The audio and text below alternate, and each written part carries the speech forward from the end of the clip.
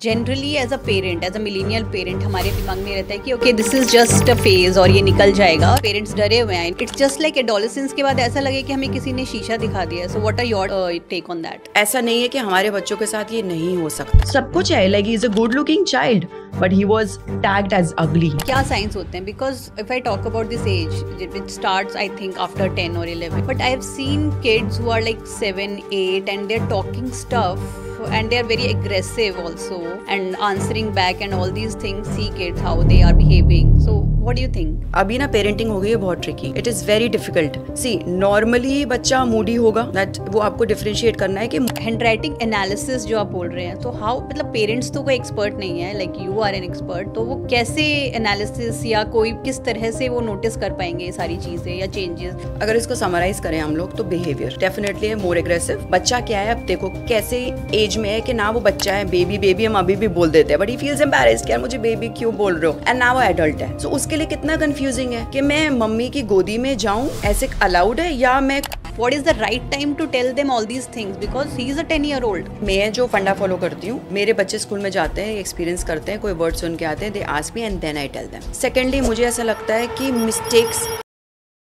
Netflix पर release होती है एक सीरीज एडोलेसेंस।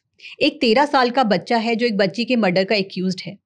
वो और उसके पेरेंट्स कैसी सिचुएशन से डील करते हैं, उस पे ये सीरीज है। काफ़ी ड्रामा है, थ्रिल है, सस्पेंस भी है। काफ़ी पॉपुलर हो रही है ये सीरीज, पर साथ ही साथ काफ़ी इम्पॉर्टेंट क्वेश्चंस रेज कर रही है पेरेंटिंग स्ट्रगल पर और टीनेजर्स जो बिहेवियरल इश्यूज से डील कर रहे हैं। क्या कोई वार्निंग साइन है जिससे हम पहले ही पता लगा पाए कि हमारे टीनेजर्स किसी प्रॉब्लम में तो नहीं हैं? I think I should leave that to experts. Today I have Aastha Kalra with me at टीबल्स, जो कि ग्राफोलॉजिस्ट है in unlocking personality traits through handwriting analysis. Welcome Aastha. Thank you so much. So before we get into this handwriting analysis, I just want to know, क्या आपने ये series देखी है Adolescence? Yes, absolutely. And you won't believe it, my kids are of adolescent age only. So my daughter is going to be 10. My son is going to be 13. Difficult age. Yes.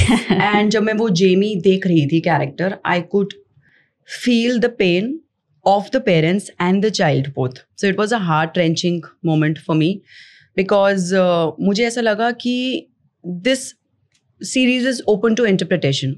Anybody can interpret, अपने सबके views हैं, somebody is calling him a sociopath and everything, but me being an empath, I feel the pain.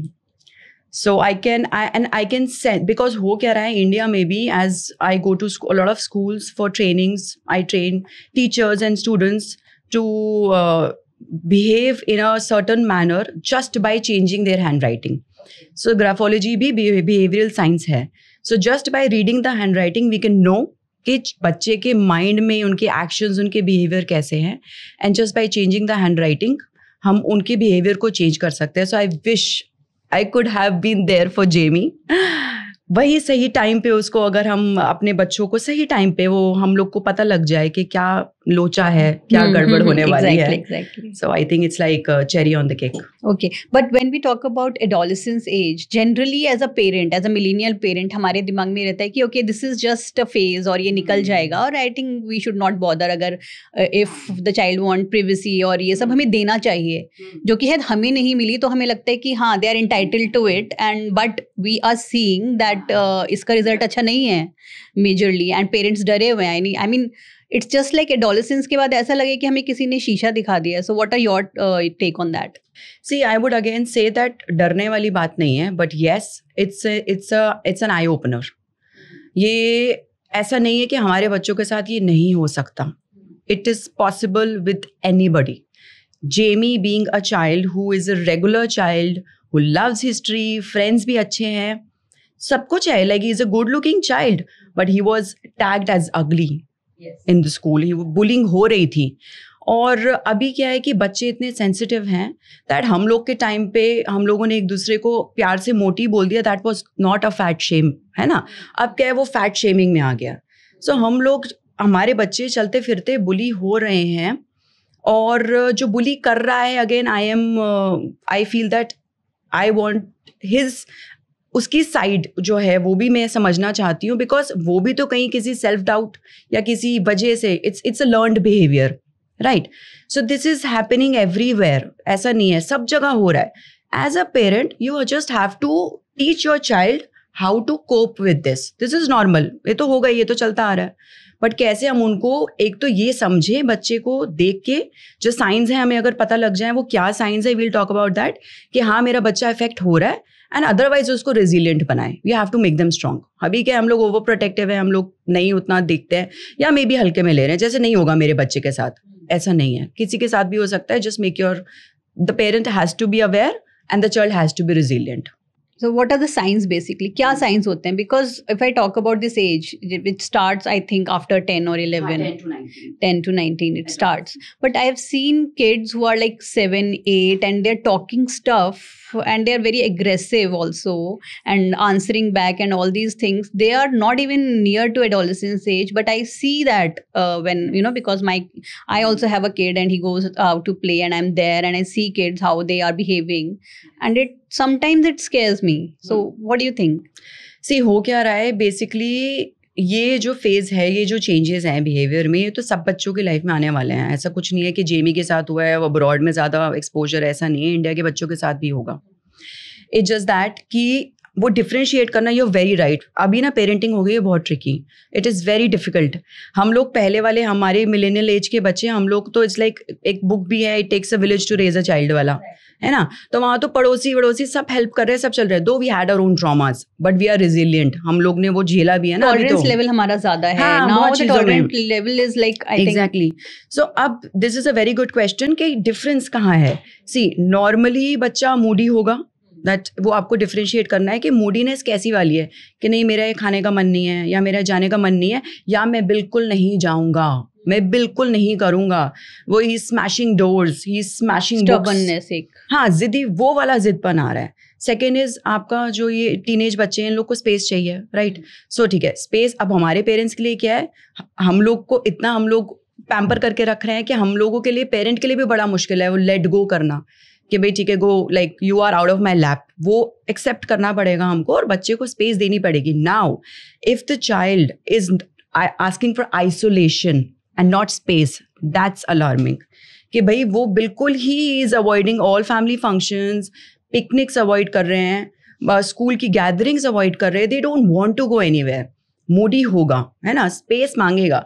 हम लोगों को उसको समझाना है कि यार ये हमारा कल्चर है. This is like, for example my son only, he is like कि भाई मुझे दिवाली पूजा पे बैठना नहीं पसंद. So I told him that ठीक है, आपको इस शादी पे नहीं जाना था, नहीं लेके गई, आपका काम नहीं था, but this is our culture, you have to be there, baby you have to understand.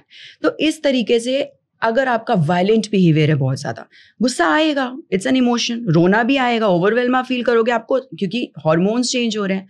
जब हम लोग एडोलेसेंस में, हमारी कितने चेंजेस, हमारी बॉडी, फिजिकल चेंजेस, समझ आ नहीं रहा है. बच्चों की वो छोटी छोटी मूंछ निकल रही है, वाह एम्पैरस हो रहे हैं, पिंपल्स आ रहे हैं, हमारी बॉडी, कई समबडी इज गेटिंग एकदम से टॉल, ग्रोथ हो रहा है, कई लोगों का नहीं हो रहा है.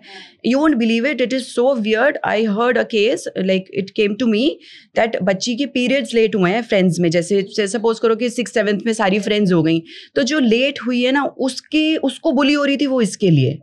So it is so weird. So ये चीज़ें अब हमारे लिए क्या है कि बच्चा स्ट्रेस है, बच्चे ने कोई कंप्लेन कर दी कि मेरी फ्रेंड ने मेरे साथ ये किया. For example again, we shifted our house from 1A to B. My child was तब माई डॉटर वॉज 7, 8. ठीक है, वो शिफ्टिंग में उसकी बेस्ट फ्रेंड जो बचपन से 10 months से उसके साथ थी, वो सेपरेशन हुआ. अब क्या है कि इस सेपरेशन को नॉर्मल पेरेंट कैसे लेगा कि भाई what's the big deal, you are going to a better place, you are close to school, you will have not even an issue for us, for parents. Exactly, but for an aware parent it's an issue. वो रोई, उसने मुझे समझाया, मैंने उसे console किया, and you won't believe it, now yesterday only my best friend shifted to Gurgaon. She consoled me the same way कि मम्मा I understand, I know the pain. So ऐसे नहीं होता. It is very very important कि हम ये science देखें. बच्चा आता है बात करने, हम लोग उसको वो कर देते हैं कि यार कि what's the big deal. So you think communication is the key? Exactly ये सारी चीजें जहाँ वो ओवर हाइपर हो रहा है, ओवर एग्रेसिव, ओवर टैंट्रम्स, या ओवर आपका स्पेस मांग रहा है, आइसोलेशन मांग रहा है, स्कूल नहीं जाना, सो ये नॉर्मल भी होगा. अगर ज्यादा हो रहा है, अब देखो कितनी थिन लाइन है यहाँ पे भी, हम लोग तो कंफ्यूज ही होंगे कि यार अब ये आस्था ये कह रही थी, ये नॉर्मल है कि वो बिग डील है. बट येस, अगर रेगुलर हो रहा है, लाइक आप लेके चलो कि out of 10 9 times it's happening, so it's alarming. But out of 10 2 times it's happening, so it's okay. Also with handwriting, will guide you, है ना, कि भाई आप देख सकते हैं. So what like handwriting analysis जो आप बोल रहे हैं, तो how, मतलब पेरेंट्स तो कोई एक्सपर्ट नहीं है, like you are an expert, तो वो कैसे एनालिसिस या कोई किस तरह से वो नोटिस कर पाएंगे ये सारी चीज़ें या चेंजेस, या सिर्फ हैंडराइटिंग ही एक से ही कर सकते हैं, या और भी कोई वार्निंग साइंस हमें देखने चाहिए? सी फर्स्ट ऑफ ऑल, अगर इसको समराइज करें हम लोग, तो बिहेवियर डेफिनेटली है मोर एग्रेसिव, आपका मोर स्पेस, लाइक आइसोलेशन वाला स्पेस हो रहा है, कहीं जाने का मन नहीं, कुछ नहीं करना है, सुपर मूडी हो रहा है अगर बच्चा, so these are the signs जहाँ पे ज्यादा हो रहा है. ऐसा नहीं कि प्लीज हल्के फुल्के चीज को मत लेना, वो तो हो गई, every child will go through that. Even हम पेरेंट्स भी उस टाइम पे वही मूडी क्रैंकी सब होने वाले हैं, but we have to, like we are an adult here.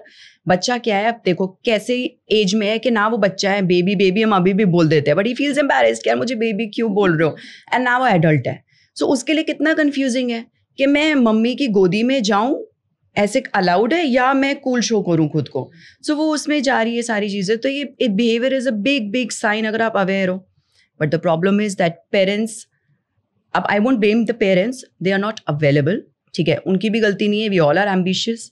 अब मैं ये भी नहीं कहूंगी कि माँ और बाप करियर छोड़ दो, but definitely balance, try and balance. See I am a full time mother first, and then मैं कहती हूँ कि मैं काम करती हूँ, मैं पूरा टाइम एवरीथिंग, इवन कोविड से पहले ही I was totally working from home, just because कि वो मैं उनकी, अब कैसे, लाइक फर्स्ट की is to be aware and observe. आप घर पे ही नहीं हो, आप कैसे करोगे? दादा दादी मेड नहीं कर सकते, वो आपका रोल नहीं प्ले हो सकता. सो गिव टाइम, अपना अलग से टाइम निकाल के हमें किसी तरीके से करना पड़ेगा, ऑब्जर्व पहले तो बिहेवियर को. तो ये स्ट्रेसफुल तो मदर्स के लिए भी हो गया. I mean everything comes down to mothers. हाँ नहीं, फादर का उतना ही रोल है. अब ये जेमी का जो भी आपका ने देखा, वो तो अंदर रूम में वो किसको लेके गए अपने साथ? फादर को ना. आई थिंक एक उसका ये भी एक एनालिसिस है, उस मूवी का रिव्यू है, that may be because father was more vulnerable than the mother. So ऐसे अगर again maybe father is more misogynistic because उसका एटीट्यूड जो वो जब अंदर इंटरव्यू ले रही है उसके साथ कैसा था, he was not feeling sorry for the murder. He said that मैंने टच नहीं किया उसके बाद. He said that because that's way I am a good. मुझे तो ये भी लगा कि वो अपनी मदर और सिस्टर को थोड़ा लो समझता है. सो वो एक जो टॉक्सिक मैस्कुलिनिटी थी, एग्जैक्टली, तो उस वजह से शायद पापा को लेके गया हो कि यार ये तो मेरा साथ दे देंगे. सो मे बी सीरीज में मे बी फादर और जेमी दोनों बात नहीं करते हैं मिस केलानिथी के लिए, but eventually because how he behaves in the character is, वही इम्बाइब हुआ उसके बेटे में. ट्रू. और क्या है कि without even communicating how we carry ourselves, वो बच्चे देखते हैं. Exactly, they learn what they see. It's a learned behaviour. कहीं ना कहीं वो अच्छा फादर दिख रहा था, बट इट वाज फ्रैक्चर्ड. याद है उसने कोई सीन में उसने कोई चीज जब गुस्सा आया तो वो सब तोड़ दिया था, and something like that. Obviously वहां पे अंदर एग्रेशन तो है. So it is very very important that we are able to be aware, we are able to observe. But coming back to handwriting, अब है क्या, डेफिनेटली अब हर कोई पेरेंट तो नहीं लर्न करने वाला graphology and writing analysis, nor I'm here to pitch that. Also, moreover, I believe that it's a skill. Just like swimming and just like cycling is important, this is as important as anything else. When I got into this career, like it wasn't a career. मैंने क्यों किया? मैंने इसलिए किया कि मैं मेरे बच्चों को अच्छे से जान पाऊंगी. मेरे लिए तो डोर्स ओपन हो गए, अपॉर्चुनिटीज क्रिएट हो गए, and I am here helping people. It's my passion. Money is motivation, it is secondary. But I am doing it. I am helping NGOs, I am helping school में बच्चे मुझे WhatsApp करते हैं, DM करते हैं. I don't charge, I just help them because I can feel कि मेरे खुद के बच्चे हैं. अगर हम सही टाइम पे we nip it in the bud just by seeing the handwriting, it can do wonders. अभी आपको लग रहा होगा ये कैसे पॉसिबल है, but I am telling you, I have dealt with, I have clients which जो सुसाइडल केसेस थे, डिप्रेशन केसेस थे. Ayan Kapil Chhabra, he was Kapil Chhabra, now Ayan Chhabra. MTV का लव स्कूल में he was there, and he is an actor है. और ads वगैरह में भी आता है. He also came to me long back, I think 2019-20 की बात है, वेयर सब डॉक्टर्स ने लेबल कर दिया था some disorder. So I said don't worry, you just try my science and it's आपका जो है वो बिहेवियर ही है, let me try if I can help you. And you won't believe it, after 40 days he was back shooting. उसने अपने आप को एक कमरे में बंद कर लिया just by changing the hand writing. Yes, क्योंकि आपकी हैंड राइटिंग से, लाइक फॉर एग्जाम्पल इसको देखते हैं, सपोज आपका बच्चा है वो स्टबन है, सो ही माइट मेक ऐसे टी और डी ऐसे बनाएंगे. अब टी और डी नॉर्मली यहाँ पे ये जो टेंट टाइप गैप है ना, this shows that the child is getting stubborn.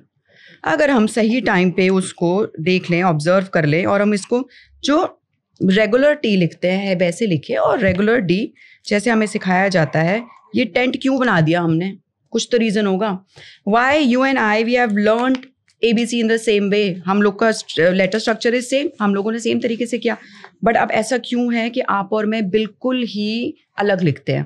What's the logic behind that? It's just that कि आपका बिहेवियर, आपकी अपब्रिंगिंग, आपका कल्चर, आपका फ्रेंड सर्कल, आपके सबकॉन्शियस माइंड में क्या है, जो सारी चीजें हैं वो यहाँ as a trained I can read it. If my kid is creating that tent in his D, yes, और मैं उसको बोलूँ उसको टेंट को बंद कर दो, बस. so you think it will solve his behavior just by writing? How it works? So it will take 21 days minimum and maximum 3, 6, 9 months.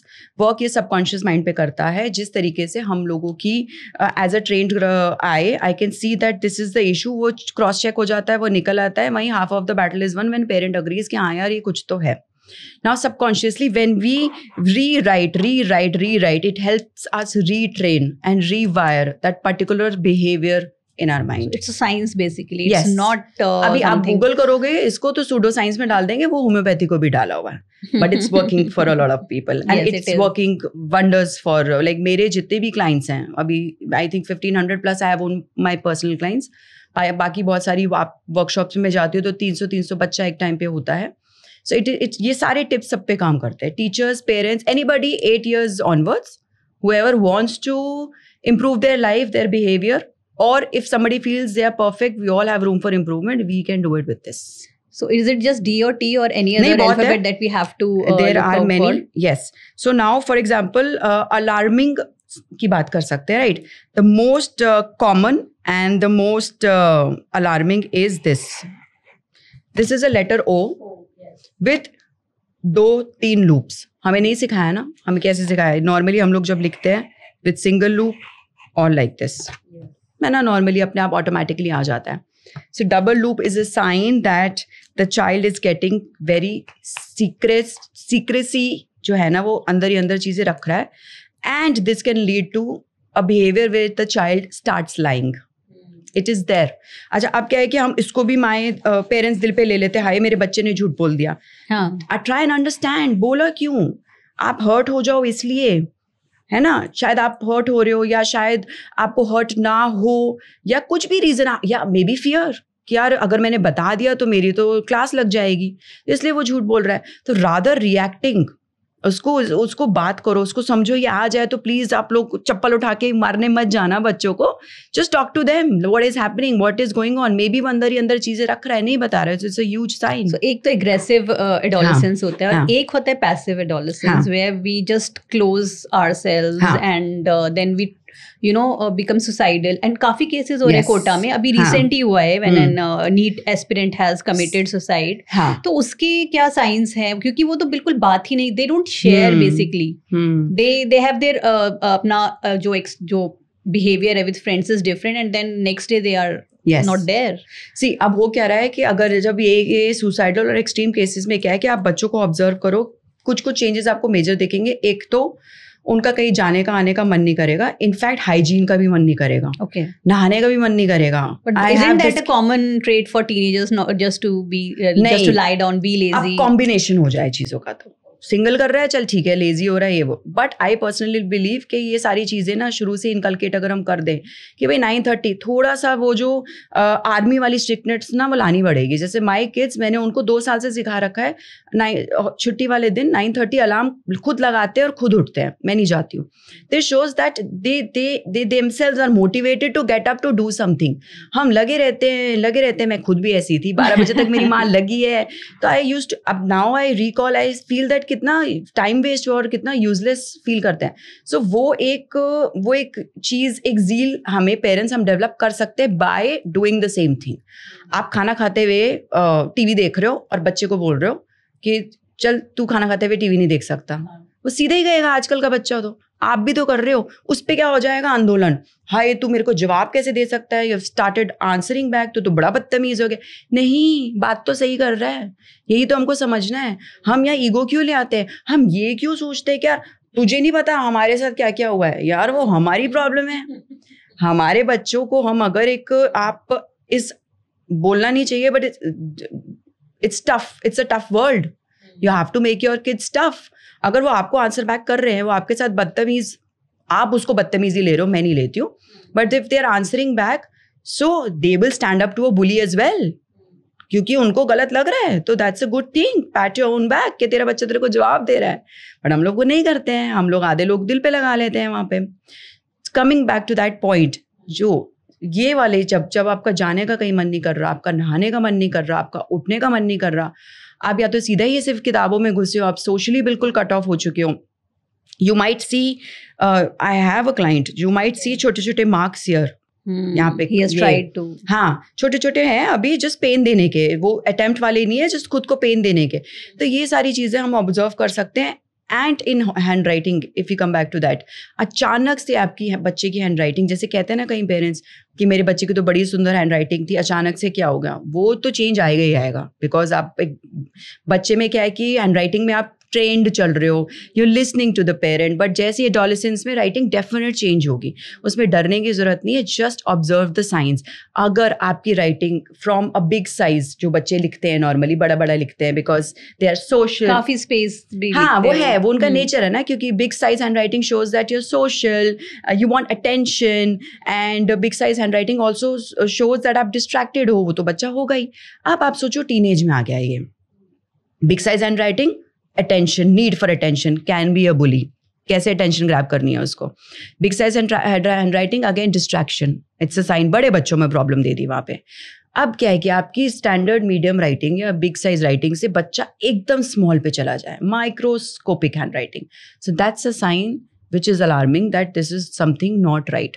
मेरा बच्चा जैसे ही बीच में एक फेज आया, he was like पढ़ना है, his handwriting got too small. I said no, इसको medium ला, क्योंकि मुझको नहीं कोई उसको आइंस्टाइन बनाना कि भाई वो बिल्कुल ही उसको, मैं उसकी जो उम्र है जिसके अंदर एक फ्री प्ले, फ्रेंड्स, ये सब की नीड है, उसमें मैं सोचूं कि नहीं यार मेरे को तो तुझे टॉपर बनाना है, तो मैं तो कर सकती हूँ आप आराम से बच्चों को. But I don't do that. So it's a big sign वहाँ पे हो. अगेन ओ में double loops is another sign. High pressure of the pen. अगर आपके पेन का प्रेशर आप देख रहे हो, नॉर्मली हम जैसे जेल पेन, बॉल पेन से लिखते हैं तो चलो हाई प्रेशर होता है, बट इतना प्रेशर जब मडी हैंड राइटिंग हो रही है, डर्टी हैंड राइटिंग, पीछे पेजेस पे छपता ही जा रहा है, that's a sign that the writer, the child और the writer, however is writing in this fashion, ये सारी चीजें अगर इकट्ठी हो रही है, so pressure shows emotions, how you feel emotions. The slant, which is the direction of the handwriting, like for example कई लोग ऐसे लिखते हैं ना, कई लोग राइट स्लांट लिखते हैं, कई लोग लेफ्ट स्लांट लिखते हैं. So this is the slant. कई लोग वर्टिकल लिखते हैं. So this is how we express emotions. So a pressure high, बहुत ज़्यादा मडी वाला, इट मीन्स दैट जो प्रेशर, जो EQ है, जो इमोशंस हैं, वो ओवर फील कर रहा है बच्चा. उसको समझ नहीं आ रहा है वहाँ पे कि वो इतना हाई प्रेशर दिखा रहा है कि वो इमोशनली बहुत वनरेबल है, इमोशनली परेशान है. सो इट्स अ साइन कि वहाँ पे आप उसको ध्यान दो. सो देयर आर थेरेपीज जो आप हेल्प कर सकते हो, नहीं तो बात करो यार बच्चे से. Maybe for the time being we can change the tool also. Suppose करो हाई प्रेशर बहुत ज़्यादा आ रहा है and he is using a ball pen और अ जेल पेन, उसको आप वो दे दीजिए फाउंटेन पेन. उससे तो निबी टूट जाएगी जब करेगा तो, है ना. Also I have a meditation on paper on YouTube. उसका अगर if you like search that video, उसके अंदर there is a technique how we can like manage the pressure in handwriting, and via that the pressure on the mind will be handled. ठीक है, coming back to this slant, how are you expressing now? So now इसके अंदर अगर high pressure है और left slant आ गया आपकी writing में, so it's a big thing. It is right. There. Left is something past. We are stuck in past. We think about past. The left slant is where we need space. है ना? We don't want to. यहाँ पे क्या है कि express करना ही नहीं है. आप सोचो अंदर बहुत है पर हमें निकालना ही नहीं है. They are too attached with the mothers. Left slanters जो होते हैं कई बार उनके साथ क्या प्रॉब्लम होती है कि कोई मदर से रिलेटेड ट्रॉमा हुआ होता है. Anything, it can be big, can be small. उन्होंने दिल पे लगा लिया एंड वो eventually बच्चा लेफ्ट स्लांट में टर्न हो गया. या तो ये पॉसिबल है या वो शुरू से ही लेफ्ट स्लांट लिखता है. Again a big sign of very strict parenting. So vertical writers जब हम 90 डिग्री लिखते हैं then it's a good sign, it's a decent parenting. ठीक है, वहाँ पे क्या है कि now the right slant is where the child is very expressive. Vertical is that will express whenever they want to, and left is like emotionally closed. So right is very emotional. मतलब EQ अच्छा है, empaths हैं. I was a right slanter. So मैं बुरा नहीं बोलूँगी, but हाँ extreme right नहीं, ऐसा ना हो कि बिल्कुल लेट जाए. Decent right, ठीक है, जो cursive writing का है आपका. I think it is some 15 degree something. एक little right आता है, एक vertical आता है, एक little left और एक left आता है. Left ज़्यादा चले जाए तो समझ जाओ आपका बच्चा open up नहीं होगा. ठीक है, आप थोड़ा भी लेफ्ट दिख रहा है आप समझ जाओ that he will open up only with counselling. इसका कोई सोल्यूशन नहीं है. इसको हम लेफ्ट से वर्टिकल लाने में मुश्किल है. काउंसलिंग के लिए भी पेरेंट्स जाना नहीं चाहते. They think it's do it yourself. हाँ, डू इट योरसेल्फ ना. देन बैठ के बात करो बच्चे से क्या चल रहा है. यूजुअली लेफ्ट स्लांट में देखा जाता है जब ये एडल्ट्स बनते हैं ना, they have heart related issues, they will have weight gain क्योंकि अंदर पेंट अप कर रहे हैं इमोशंस को. सो इस तरीके से ये पेरेंट्स सिर्फ बात करो बच्चों से. Eventually what will happen when they will start expressing, या उनको आप ऐसी चीजों में डालो जहाँ एक्सप्रेस कर पाए. आर्ट है ना, जर्नलिंग मे बी, या राइटिंग, कुछ भी. ये लोग ग्रुप में काम करना पसंद नहीं करते, अकेले ही पसंद करते हैं. So and they are very close to their mother's.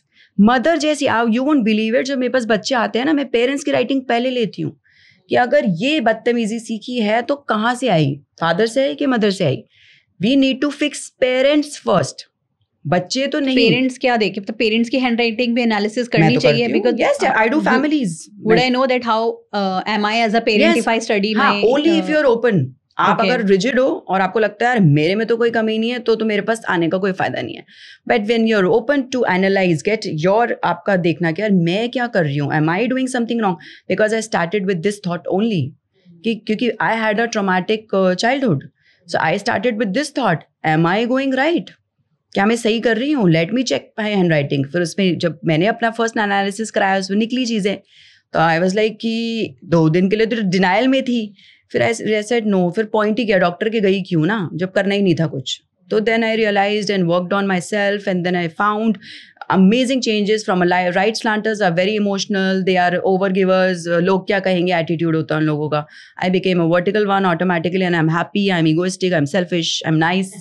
क्योंकि मुझे ऐसा लगता है कि ये ट्रेट्स को हम इतना नेगेटिवली ले लेते हैं कि इस सबको, कि बच्चों के साथ भी अगर बच्चा कुछ भी नहीं आपका कहना मान रहा, कुछ कर रहा, तो हमें एकदम से सोचते हैं कि यार ये कैसा है, कैसे सेल्फिश भी. और चीज I think is it also gender specific. या मूवी देखे, या I mean sorry, if we see this series देखे, Jamie is a boy dealing with behavioural issues या सुसाइड केसेस जो जनरली होते हैं, boys are committing more than the girls. So is it gender specific और parenting specific कि we parent girls differently and we parent boys differently? Is it also that? See gender specific तो नहीं होगा क्योंकि उसके अंदर जो केटी है वही बुली कर रही थी उस शो में. So that was the problem again. So दोनों ही गड़बड़ लोचा था. Again parenting is the main thing जिस पे हम काम कर सकते हैं. बच्चे are only learning what they are seeing. वहाँ पे वो चीज़ है, we have to be very very aware about that. अच्छा, अब अगर हम इसकी बात करें पेरेंटिंग की, मुझे तो ऐसा लगता है कि my son was my first born, so I was a different parent then. And with my daughter, I was a different parent, not because of the gender, because मैं तब न्यू मॉम थी, मैं ज़्यादा एंग्शियस थी, मैं ज़्यादा परेशान थी, मैं ज़्यादा लोगों के सोचती थी. अब इसके टाइम पे मैं थोड़ी कूल मॉम थी, मैं रिलैक्स मॉम थी. तो हम जब एक पेरेंट ही एक बच्चे के साथ सेम नहीं है. अब क्या है कि आप सपोज करो कि आपका फेज आ गया कोई ऐसा जहाँ पे इकोनॉमिकली आप वीक हो गए, तो फर्स्ट बच्चे में अलग पेरेंटिंग हो गई ना, दूसरे बच्चे में पैसा आ गया, अलग पेरेंटिंग हो गई. सो हम पेरेंट्स ही है ना, हम बच्चे जब बॉर्न हुए हैं with and we delivered our kids, हमें नहीं मैनुअल्स मिले थे ना कि भाई कोई वॉशिंग मशीन तो है नहीं है कि ये करा और हम लोगों ने उसको कर लिया. So parents need to relax, they just have to be aware and observe. Every parent is trying to give their best. कोई पेरेंट ऐसा नहीं है, मैं ये बोलूँगी ही नहीं कि मैं परफेक्ट हूँ, क्योंकि परफेक्ट पेरेंट और परफेक्ट बच्चा एग्जिस्ट ही नहीं करता. So it's very very important that हाँ पेरेंटिंग में जैसे अभी अभी जो चीज़ें हो रही है कि हम मोस्टली वी आर अच्छा like for kids and for parents, कोई इशू आ गया, कोई प्रॉब्लम आ गई, कहाँ हम सोल्यूशन ढूंढ रहे हैं. अब सोशल मीडिया तो भरा पड़ा है, like everybody has their different opinion and different ways, different methods. We need to understand that as a parent and as a child we both are unique. We both are going to make mistakes and we both are going to learn. So this is very, very important that rather mindlessly scrolling reels and following those tips, go to a person who is like the right person, maybe a psychologist, a psychiatrist, maybe a graphologist, whoever you need, a counselor, जो आपको सही तरीके से guide कर पाए. And then कितनी बार होता है पेरेंट्स जाते हैं and वापस आते हैं कि नहीं ऐसा तो नहीं है, ऐसा तो मेरा बच्चा नहीं है. वो डिनाइल से फिर वापस नहीं आई है. बिकॉज अगर आपको कोई कह रहा है who is somebody who knows what they are doing, you have to understand. And ठीक है, कई बार ये भी बड़ी प्रॉब्लम है कि आजकल बहुत अलग अलग टाइप के काउंसलर्स एंड अलग अलग सब, आप डॉक्टर्स की ओपिनियन नहीं मिलते आपस में. Then again we go inside your intuition. Mothers have great intuition. Observe your child and then कुछ उनकी कुछ अपनी and then find a way and find a solution. अच्छा, एक तो पेरेंटिंग जब हम बात करते हैं तो हैव यू एवर फेस्ड ऐसे कोई पेरेंट्स जो प्रॉब्लम पेरेंट्स में थी but they were you know they got their child to you and कि इसको प्रॉब्लम है इसको ठीक करो, बट दे वर लाइक नहीं हम तो सब ठीक कर रहे हैं बट आवर किड इज बहुत बार होता है हैविंग प्रॉब्लम. बहुत बार होता है. Any incidents that you want to share? See एक तो जो एक अवेयर पेरेंट है ना, दैट्स द बिग थिंग कि उसको पता है वो कहाँ गलत जा रहा है एंड उसकी वजह से he will come to me and he will acknowledge कि हाँ यार ये चीज़ मेरे से आई and all that. But a lot of parents come to me where they say that नहीं हमारे घर में तो कोई ऊंचा बात ही नहीं करता, हमारे घर में तो कोई गाली अब्यूज़ करता ही नहीं है, पता नहीं कहाँ से सीख रहा है. You straight away blame teachers. Most 8 hours 7 hours they are in school. Definitely adolescence पे पीयर्स का असर है.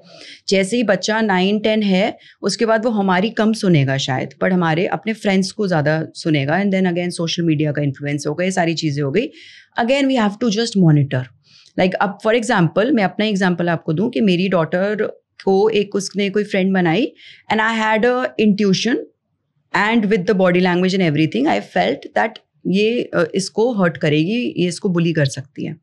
बट ऑब्वियसली आप बच्चे को you have to make them resilient. तो वो तो आप उनके जो भी लाइफ में फेस कर रहे हैं वो कर रहे हैं, जो भी उनकी consequences it's their journey, they have to face.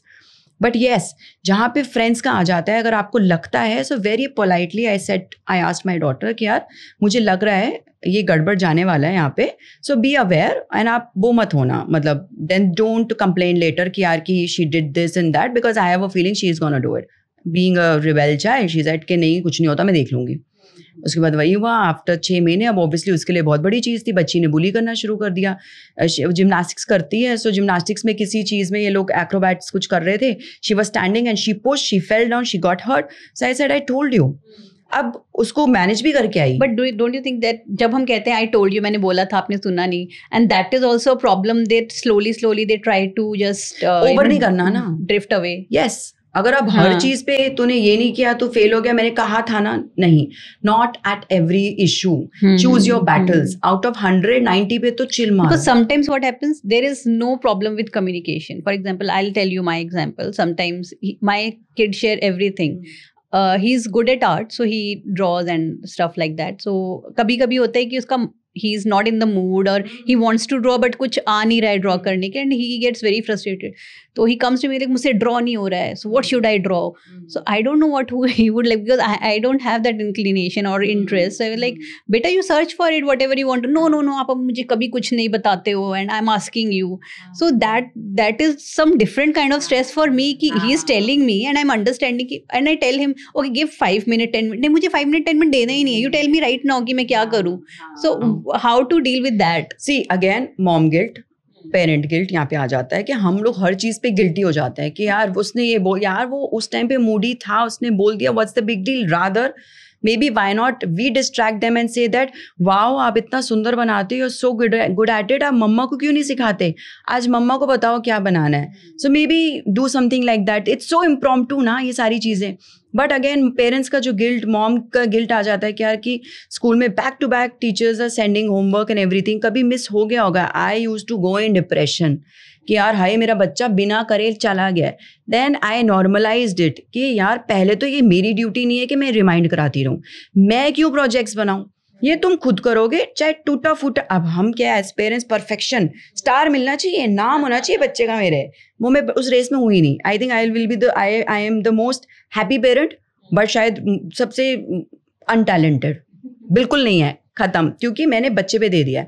You won't believe it, my son is going to be 13 in August. उसने मेरे लिए एक 1 पेज वेबसाइट बनाई है एंड मेरी पीपीटी सारी वर्कशॉप्स की वही बनाता है. मैंने उसको दिया ना, हम लोग को अपॉर्चुनिटी नहीं देते ये सोच के क्या परफेक्शन में फंस जाते हैं या जो भी जल्दी निपटाना है हमको, वो तो मिस्टेक्स करेगा, वो टाइम भी लेगा. So this is the way we need to do things. मतलब why are we taking guilt for every little thing. हो गया ना, इट इज़ योर एरिया, तेरी बुक्स, तेरा स्कूल, सब कुछ. मैं तो बिल्कुल ऐसा है कि बुक्स आपका कवर आप चढ़ाओगे, स्कूल के रात को जाना है, सुबह स्कूल है, मॉर्निंग यू हैव टू अपने क्लोथ्स निकाल के रखो, अपने शूज़ करके रखो. मैं कुछ नहीं करूँगी, स्कूल में गई, पनिशमेंट मिल गई, शूज़ पॉलिश नहीं, क्लास के बाहर, शी वॉज ओके, गलती किसकी है, सिंपल एज दैट. हम लोगों को ये करना पड़ेगा, we have to make them independent. But also जब हम बताते हैं कि अवेयर पेरेंट्स होना ज़रूरी है, समटाइम्स ओवर अवेयर पेरेंट भी प्रॉब्लम होता है. Because I have seen that. So there is a kid, I mean in our vicinity, and I think उसकी mom is very well aware and educated. I think she tried to make him understand certain topics like transgender or homosexuality. But recently I saw that kid and bullying other kids saying तू तो transgender है, तू तो transgender है. But उसकी mom ने उसको किसी और एजेंडा से बताया होगा कि what transgenders are and how we should be okay with them. But he used that term as an abuse. So why do you think, I mean, over aware parents is also a problem, and what is the right time to tell them all these things, because he is a 10-year-old, not young or not adult. I mean, see, मैं जो फंडा follow करती हूँ, मेरे बच्चे school में जाते हैं, एक्सपीरियंस करते हैं, कोई वर्ड सुन के आते हैं, they ask me and then I tell them. मैं उनकी वो इनोसेंस भी नहीं छीनना चाहती कि मैं पहले ओवर अवेयर करके चीज़ें कर दूँ. सेकेंडली मुझे ऐसा लगता है कि मिस्टेक्स भी ज़रूरी हैं. अगर मैं ओवर करके चलूँगी तो वहाँ पे वो मिस्टेक्स ही नहीं करेंगे. There is no room where we will make mistakes, but mistakes are important. वो करेंगे गलती, पूछेंगे, आएंगे मेरे से. तो आई फॉलो दिस अप्रोच. मैं खुद पर्सनली नहीं मानती हूँ. जैसे आई नो समबडी, उसका बच्चा आई थिंक अभी शायद 10 months 11 months का होगा, वो she was ordering an encyclopedia कि बच्चे के सामने मैं एनसाइक्लोपीडिया पढ़ूंगी. भाई क्यों? क्योंकि तुमको लग रहा है कि, and she gave me example, क्यों आपका बेटा कोडिंग नहीं सीख रहा. मैंने कहा excuse me, 12-year-old and 10 months, how is that possible? So stop comparing. अपना देखो यार, अपना पेरेंट स्टाइल देखो, अपना बच्चा देखो, एंड कंपेयर मत करो कि वो पहुंच रहा है. It is very very important कि हम अपने बच्चे को एक अच्छा इंसान बनाएं, हम उनको सिखाएं रिस्पॉन्सिबल होना, उनको हार्ड वर्किंग होना सिखाएं. बाकी वो टॉप करे ना करे, मार्क्स आए ना आए, उनके जो एफर्ट्स हैं ना वो आना चाहिए, वो प्रेज करना चाहिए. सो अगर आपको ओवर अवेयरनेस सूट करता है, मेरे को तो नहीं करता, क्योंकि I am stealing the innocence away. I don't want to do that. जब पीरियड्स का टाइम आएगा उसके आसपास ही बताऊंगी. And there are lot of comics. एक बहुत अच्छी कॉमिक है मेंस्ट्रोपीडिया, और वैसे ही एक प्यूबर्टी पे है बॉयज़ की. इट्स अ लवली कॉमिक, तो वो मैंने लेके रखी हुई है. अब जैसे ही my son, I understood that puberty changes हो रहे हैं, चीज़ें बॉडी में भी, मूड में भी, राइटिंग में भी. मैंने उसको वो दे दिया. I said you read this, if you have any question ask पापा, आस्क मम्मा. एंड मैं रोज उससे पूछ रहती हूँ कोई प्यूबर्टी का साइन तो नहीं हो रहा, कुछ होते नहीं रहा. तो बिकॉज यू हैव टू ना, इतना सीरियस नहीं हो उसको. बहुत हम लोगों को क्या, हम लोग इन सारे टॉपिक्स को कितना वो कर देते हैं ना, टैबू करते हैं, हाइप कर देते हैं. पहले तो पीरियड्स की बात तक नहीं कर सकते थे. Even within friend circle we didn't used to talk about it. मैं कह रही हूँ, आप बात नहीं करोगे तो वो कहीं और से पता करके आएगा. अब किससे करेगा? जिससे कंफर्टेबल है. कौन? उसके दोस्त एंड सोशल मीडिया. सो वहां पे, क्योंकि हमारी जनरेशन एम्बैरेस होती है इन चीजों पे, वो निकालो शर्म बाहर and talk about everything, every topic, that to be talking about over awareness when it's the right time. I don't know आपका child कब mature हो रहा है, उसकी puberty कब hit कर रही है. किसी की 14 में कर रही है, किसी की 12 की, किसी की 8 में. अब तो early puberty भी is an issue. हाँ. So again, it's your call. As a parent, आप करिए. So basically, I think as a parent, we need more counseling, more handwriting analysis than our children. Yes, definitely. So what should we, look for? I mean, in our handwriting styles as a parent. हाँ. So as a parent, अगर हम बात करें, again, you have to check आपकी handwriting में अगर बहुत waviness है, like for example, we were talking about slant. So अगर आपकी writing बहुत wavy है, which is going haywire like dancing Prabhudeva हो रहा है यहाँ पे. So it's a sign that you are more moody, you are more unpredictable. So एक बच्चा क्या चाह रहा है, एक बच्चा कंसिस्टेंसी चाह रहा है. हम लोग क्या करते हैं, बच्चे को प्रॉमिस करते हैं संडे देखो लेके जाऊंगा, मॉल लेके जाऊंगा, संडे आया आज मूड नहीं है. This is wrong. आपको रात को स्टोरी टाइम शुरू कर दिया जोश जोश में, नहीं माँ उन्हें, उसके बाद खत्म कर देती है. कंसिस्टेंसी करो ही मत ना, वो कमिटमेंट ही मत दो ना जो पूरी हो पाए. बच्चे they feel safe when they have a structured environment. हमें लगता है कि उनको हम स्ट्रिक्ट पेरेंट हैं, बट आप उनको छोड़ दो खुले बैल के जैसे. कोई स्ट्रक्चर मत दो कि कोई क्लास में मत डालो, कुछ मत करो. वो क्या करेगा? He will feel lost, he will feel clueless. How do he know कि उसकी जो एनर्जी है, जो उसके अंदर चल रहा है, वो एनालाइज कैसे कर रहा है. That is why at like my son started his lawn tennis when he was in first standard. क्योंकि लड़कों के लिए टू चैनलाइज देयर एग्रेशन जो आने वाला है प्यूबर्टी में, वो स्पोर्ट्स में निकालो. And sports teaches you a lot of things. Sports में आप जाते हो, आप हारना सीखते हो, है ना. बट कभी कभी बहुत सारे बच्चे स्पोर्ट्स में इंटरेस्टेड नहीं होते हैं, तो कुछ और वो किसी चीज में भी इंटरेस्टेड नहीं होते हैं. They lose their interest very easily. For example, I started keyboard lessons for my kid and now he is not interested, like even like 6-7 months later. होगा, ये होता है, बट धीरे धीरे. बट आई एम इंसिस्टिंग कि नहीं, ये करते रहना है, so that it becomes a habit. At least again same thing कि आप कम से कम साल भर तो रोको. My daughter did the same thing. She changed so many hobbies every year. 1 साल तक मैं टिकती थी, then she said, I said okay छोड़ो रहने दो. Then we tried something else. Now after all this time, energy, money लगाने के बाद she is sticking to gymnastics and also creative form of art. अगर नहीं बच्चे को मन, तो आप योगा डाल दो, इजी वाला हल्के वाली चीज़ करा दो. अगर नहीं बिल्कुल एथलीट वाली चीज़ है, because exercising, being in nature, singing, arts, ये सब ज़रूरी है. एकेडमिक्स से ज़्यादा ज़रूरी है, बिकॉज इमोशनल हेल्थ ही हिल गई तो नंबर कहाँ से लाएगा. सबसे पहले आपके बच्चे में another one sine, the academic आपका बिल्कुल फॉल करता है अगर, और ये सारी चीज़ें चल रही हैं, तो again it's a sign that there is something troublesome. So it's very very important.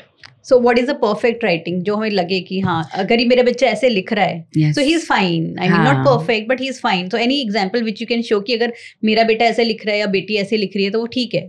See, perfect handwriting again नहीं है, because I am not here to create robots. हर इंसान का एक पर्सनालिटी है, एक कैरेक्टर है, हैबिट्स हैं, वो कहाँ से उसका कल्चर है. सपोज करो कोई जॉइंट फैमिली वाला बच्चा है, वो अलग होगा, एक न्यूक्लियर फैमिली का अलग होगा. But still on that note, I believe that self esteem issues बच्चों को ट्रबल दे सकते हैं. Good self esteem can really help.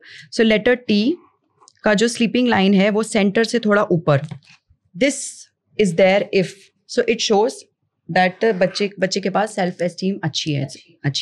Now if it is like this and it like this, then it's गड़बड़. This is तो low self esteem है, गड़बड़ हो जाएगी.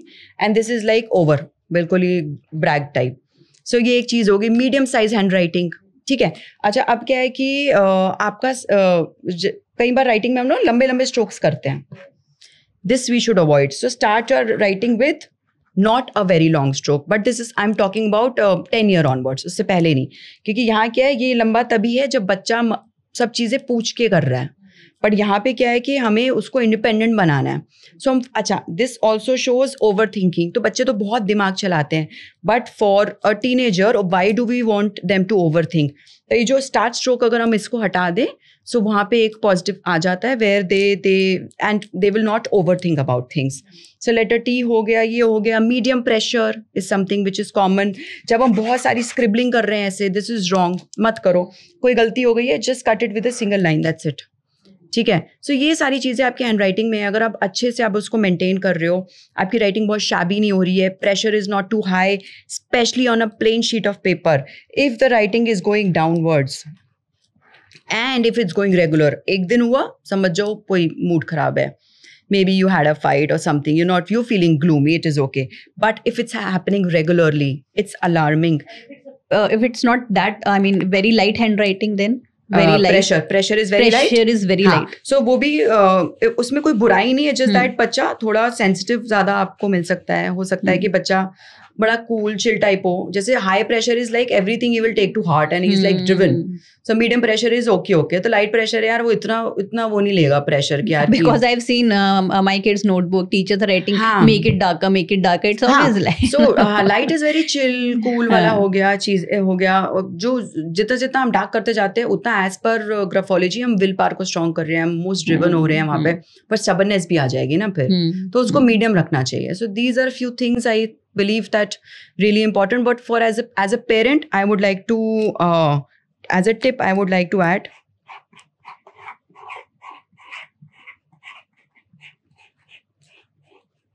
adolescence. ठीक है, adolescence. A is for awareness. It is very very important हम aware रहें क्या चल रहा है मेरे बच्चे की लाइफ में, सिर्फ पढ़ाई में नहीं बट लाइफ में. D is dialogue. Talk to them, have open conversations, talk about like बच्चों से पूछो क्लास में क्या चल रहा है आजकल, क्या नया सीखा है. Ask my kids आज क्या नया सीखा है, because my son is in that age कि वो abusive language सुन के आ रहा है. So I ask him आज कौन सा क्या कोई नया शब्द आपने किया सीखा. Then he tells me and then I laugh and then I explain कि obviously you know it's a bad word but and we don't have to use it. Simple as that. यही इसकी वो चीज़ है. Then is observation. आप check करो कि आपने फ़ोन्स दे दिए हैं, ये ज़रूरी है. मैं तो इसको भी गलत नहीं मानती हूँ कि कब किस एज में फ़ोन देना है मुझे नहीं पता. मेरा बच्चा टेनिस खेलने जाता है, मेरी बेटी अकेले जाती है जिम्नास्टिक्स के लिए, मुझे सेफ्टी के लिए फ़ोन देना है. अब आसपास के पड़ोसी लोग रिश्तेदार, हाय इतनी जल्दी फ़ोन, इतनी जल्दी फ़ोन, यार relax, it's my call, my decision, let me take it. So वहाँ पे आप देयर इज अ पॉसिबिलिटी 16-18 तक तो सोशल मीडिया प्लेटफॉर्म्स ज्वाइन मत करने दो. I would say that. But otherwise you have to observe, body language observe करो. जो मैंने बताया है आपको कि एग्रेशन आ रहा है, नहाना बिल्कुल हाइजीन का ध्यान नहीं रख रहे हैं, they are very quiet, they are not enjoying things जैसे वो पहले करते थे, सोशली आइसोलेटेड है, marks and cuts and everything. Observe, अभी कुछ करो मत, सिर्फ ऑब्जर्व करो. Then it is L which is love and limitation both. Over भी नहीं छूट देनी है एंड ऐसा नहीं है कि आपने बिल्कुल ही keeping tabs on everything like a helicopter parent. क्या चल रहा है, क्या कर रहा है, क्यों कर रहा है, कैसे कर रहा है, पूछे क्यों नहीं. उनसे पूछो. आप you won't believe it, my kids they have like 1 साल हो गया मैंने उनको जब हम लोग लाइक वी गिव मनी, कोई मिलता है सगन वगन कुछ मिलता है, मैंने उनका सेविंग अकाउंट खुलवाया कि लाइक आप चाहते हो आप सेव करना शुरू करो. He said yes. तो ऐसी चीज़ें हम लोग बच्चों को मार्केट नहीं भेजते सामान लेने क्योंकि हम डरते हैं. ये सारी चीज़ें हमें करानी चाहिए because they are craving for independence. तो इस तरीके से दे दो ना कुछ चीज़ें जो आपके लिमिटेशन में है, लेट देम डू इट. आप उनको भेजो, उनको करवाओ. सो it is very very important, love and limitation both. इसके अंदर एक जो है एम्पैथी, E फॉर एम्पैथी. बहुत ज़रूरी है कि आप एम्पैथाइज करो. कोई भी प्रॉब्लम हो गई है उसको ये मत सोचो कि यार ये क्या इशू है, वो उसके लिए उतना ही बड़ा इशू. जैसे हमारे लिए अपने घर को चलाना is a big thing, it is a stressful thing. उनके लिए स्कूल में जाके वो पेंसिल नहीं मिलना इज़ अ बिग थिंग. सो उसको इस तरीके से हमें नहीं करना. एज फॉर सपोर्ट, अब हो भी गया ब्लंडर, हो भी गया कोई चीज़ ऐसी, उसको उसके इमोशंस को हमें वैलिडेट करना है, हमें उसको सपोर्ट करना है. Encouragement is very very important. Against E stands for encouragement. Encourage them. उसको नहीं हमको बॉडी शेम करना, हम खुद ही बोल रहे होते हैं है ना बच्चों को, मत खा मोटी हो जाएगी.